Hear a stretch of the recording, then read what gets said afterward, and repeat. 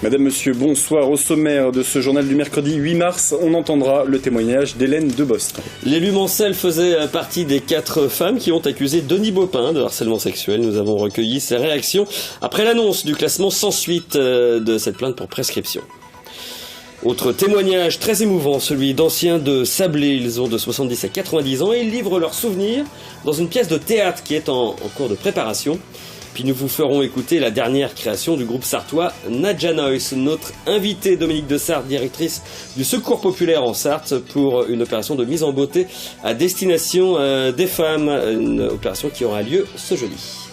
Et on commence donc avec le témoignage de l'élue sartoise Hélène Debost. Et c'est un hasard du calendrier. Peu avant la journée consacrée aux droits des femmes, la justice vient de classer sans suite la plainte pour harcèlement sexuel qu'Hélène Debost avait déposée contre Denis Baupin du parti Europe Écologie Les Verts. Ce dernier s'apprête à contre-attaquer par une plainte en diffamation. Diane Lemoisson a recueilli le témoignage de l'élue sartoise et vous allez l'entendre, elle envisage de laisser l'écologie de côté pour se consacrer pleinement à la défense du droit des femmes. Les faits dénoncés sont susceptibles d'être qualifiés pénalement. Ces termes employés par le parquet de Paris sont une petite victoire. Elles donnent foi en la parole des plaignantes. C'est très important. C'est rare, donc c'est très important. Mais en effet, ce qui reste, c'est bien le classer sans suite. Ça a permis à beaucoup de femmes de se rendre compte que ça leur était déjà arrivé, qu'elles non plus, elles n'avaient pas du tout porté plainte, puis qu'elles n'y avaient même pas pensé d'ailleurs. Ça a permis à des femmes qui vivaient des choses extrêmement graves peut-être de le dire. Nous, on a reçu dans les centaines et centaines de messages qu'on a reçus depuis un an, il y a beaucoup de témoignages de femmes qui nous expliquent que le fait que nous on ait parlé leur a donné le courage de le faire. Si les plaignantes ne souhaitent pas pour le moment donner suite à l'affaire, elles se retrouvent aujourd'hui accusées de calomnie par Denis Baupin. Je pense que l'indécence de ce qu'il vient de faire, il peut nous attaquer tous les jours s'il veut. Je pense que ça me stressera, ça m'empêchera sans doute de dormir. Ça me fera sans doute pleurer encore plusieurs fois, mais c'est pas grave. Enfin, on n'arrêtera pas, ni moi, ni les autres. Une année éprouvante pour l'élu Mancel depuis la parution de cette photo le 8 mars 2016 qui a mis le feu aux poudres. Aujourd'hui, avec les 3 autres plaignantes, Sandrine Rousseau, Annie Lamère et Isabelle Attard, un site internet pour interpeller les candidats au présidentiel est en train de voir le jour.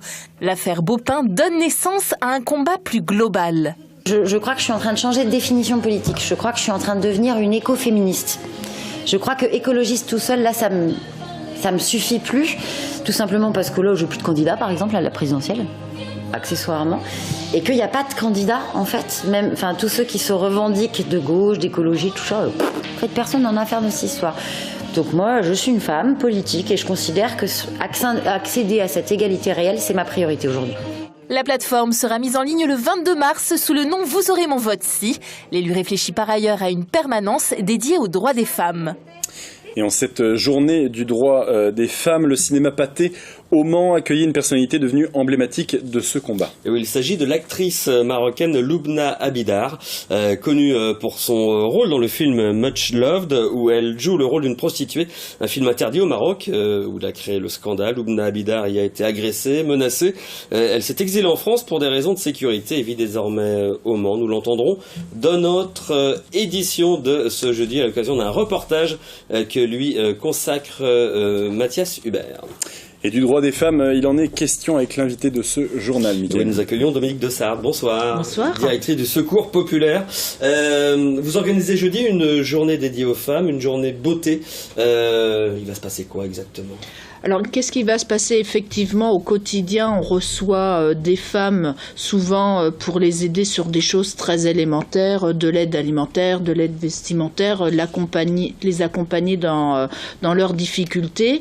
Et puis, une fois par an, on a envie de faire quelque chose d'un peu plus festif, peut-être d'un peu moins important que l'aide alimentaire justement, mais qui est pour l'estime de soi en tout cas essentiel.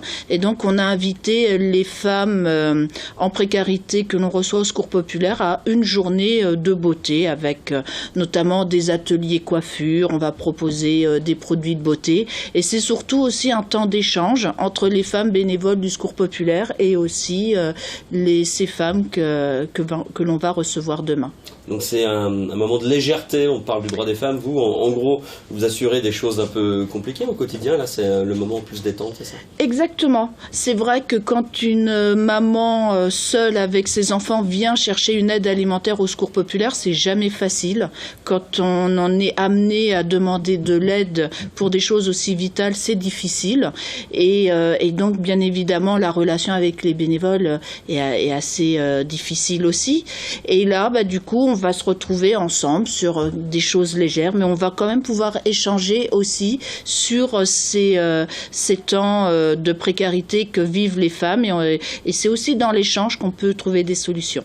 Les femmes sont particulièrement fragiles face à la précarité. Face à la précarité, oui. Nous, ce que l'on voit dans nos permanences d'accueil, c'est à peu près 80% des personnes qui viennent dans nos permanences sont des femmes. Ça ne veut pas dire qu'il n'y a pas de maris. Parfois, il y a des maris, parfois, il n'y en a pas, puisque 36% des personnes que l'on aide, sur les 12 000 personnes qui ont été aidées en 2016, ce sont des familles monoparentales, et on le sait très bien, derrière familles monoparentales, ce sont des foyers avec des femmes et des enfants.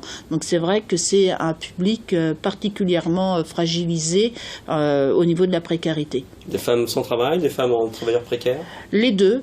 Beaucoup de femmes sans travail, puisqu'on le sait aussi, au niveau du chômage, elles sont quand même plus touchées que les hommes, mais aussi des femmes qui ont des petits boulots à mi-temps souvent, et c'est d'ailleurs pour ça aussi qu'on fait des permanences le soir, pour pouvoir aussi les accueillir entre 19h et 20h30, parce que, on le sait, certaines travaillent avec des horaires un peu atypiques et non que le soir pour recevoir un accueil de l'association.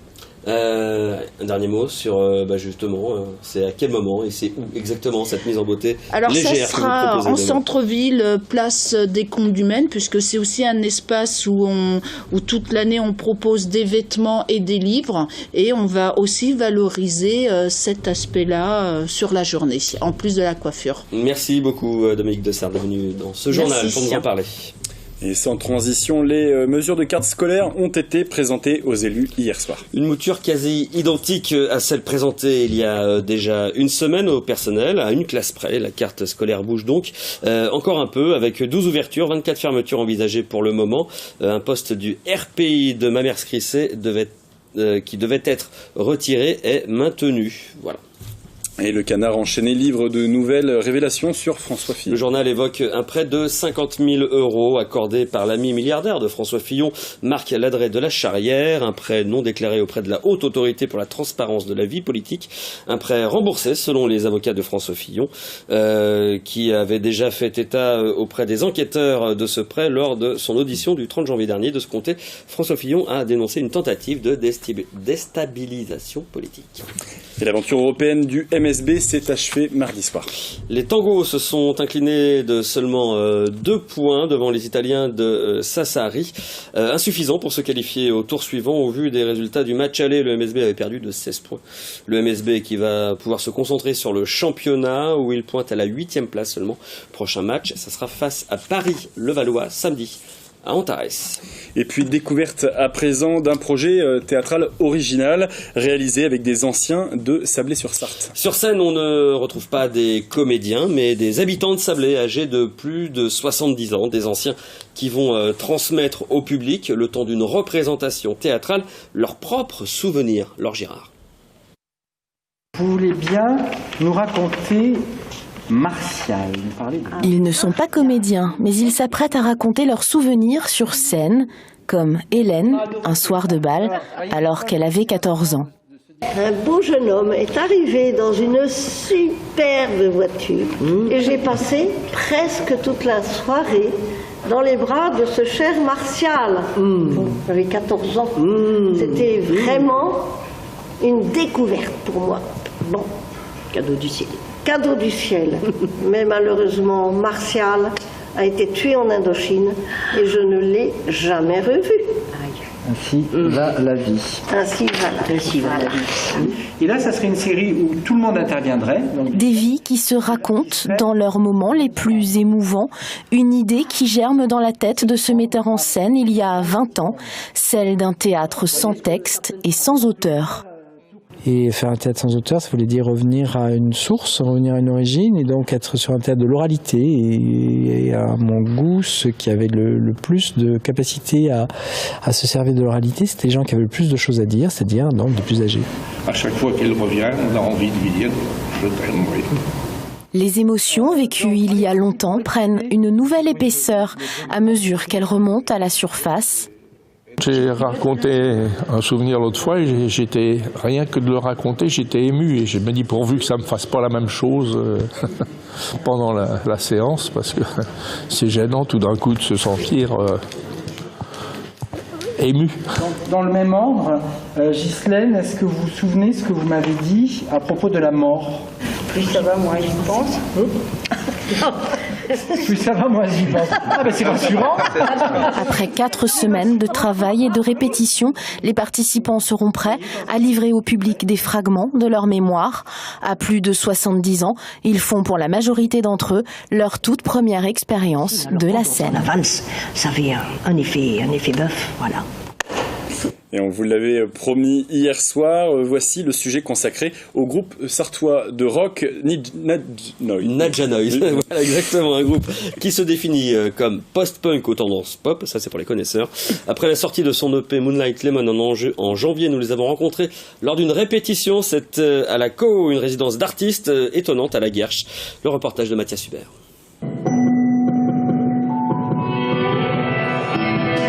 Les accords de Nadja Noise résonnent sur les murs en béton de cette ancienne coopérative agricole. Le duo sartois vient de sortir son EP Moonlight Lemon, 4 titres réalisés à 2 entre guitare et synthé.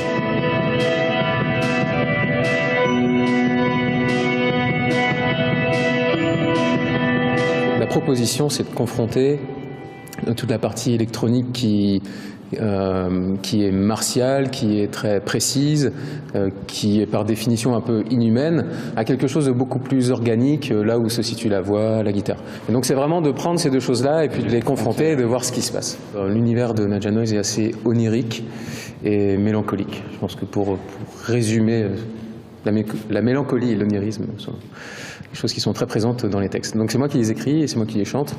Et ensuite on arrange la musique, par contre, à 2.